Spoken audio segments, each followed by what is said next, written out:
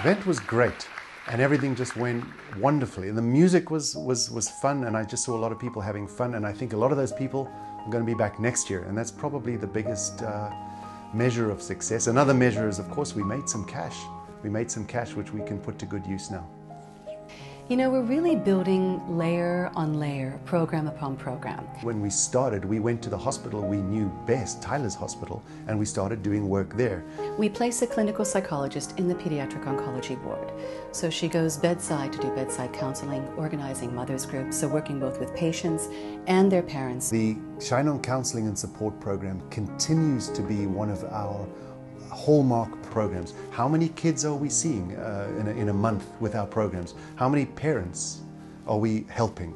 In Tokyo, outside of our main hospital in Tokyo, at the National Center for Child Health and Development in Setagaya, we have the Shine On House, second year of the Shine On House, and this is a complete patient and family support facility. We have daily sibling care, we have emergency accommodation for families, we have weekly activities for outpatients, sometimes even inpatients come from the hospital. It's just a 5-minute drive from the hospital, and they can just have a bit of fresh air, a bit of breath of normalcy, and relax and enjoy all the fun things at the house. It's great.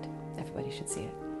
Shine On Clinic is another exciting development, you know, because most of the work we have done to date has been with inpatients, patients who are currently admitted and receiving their treatment whilst in a hospital. But you know, luckily, a lot of those kids get better. Most of those kids by far get better and they become outpatients. They need to continue to receive treatment. This is the first long-term follow-up pediatric oncology clinic in Japan. So we've provided a dedicated pediatric oncology nurse who works there every day. So every day the same nurse is seeing the pediatric oncology outpatients. Therapy dogs is really exciting because we've been doing this for 1 year. We looked at the best practices from hospitals doing this in the United States. We brought it to Japan, and frankly, we weren't sure that it was going to be a raging success, but that's exactly what it's been. It's been so great to see Bailey here in Japan, and it's just so amazing to see how the children connect with the dogs right away. You know, they just love them, and they trust them. They're non-threatening. They you know, aren't going to poke them with a needle or give them medicine or anything. So it's a very comforting thing for the kids to have in the hospital. Some of the parents tell us they actually look forward to coming back to the hospital because they get to see the dog. We already have hospitals asking us for another dog.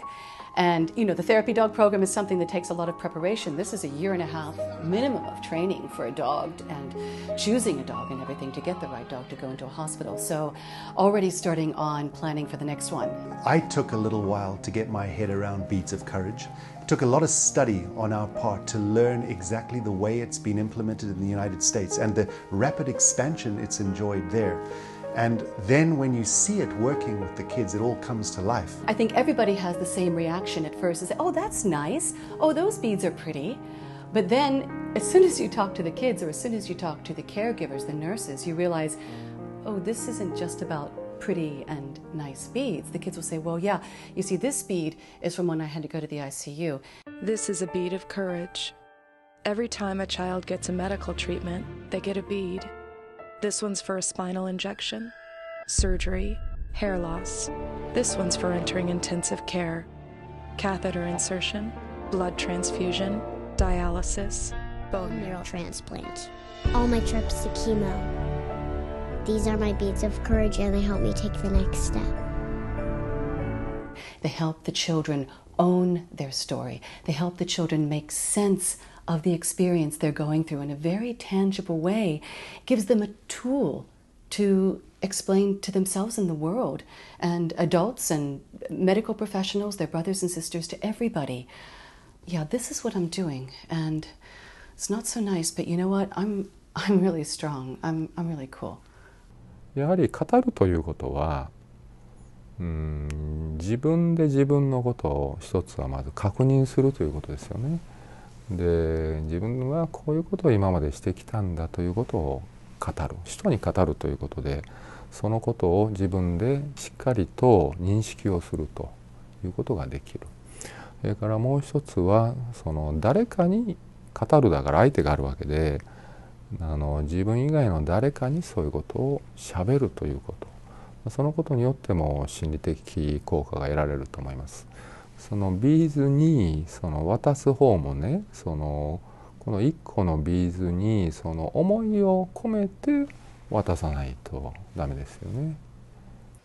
Beads of Courage is completely consistent with all of our goals. It improves quality of life, it involves medical staff, it empowers the kids, it helps them own their experience, it reduces anxiety. And once we introduce the Beads of Courage program, you know, the hospital also, we have a relationship. The Tyler Foundation has a relationship with the hospital. And maybe they also want our therapy dog program. Maybe they also want some other programs that we can work together to create for them. We've got a lot to do.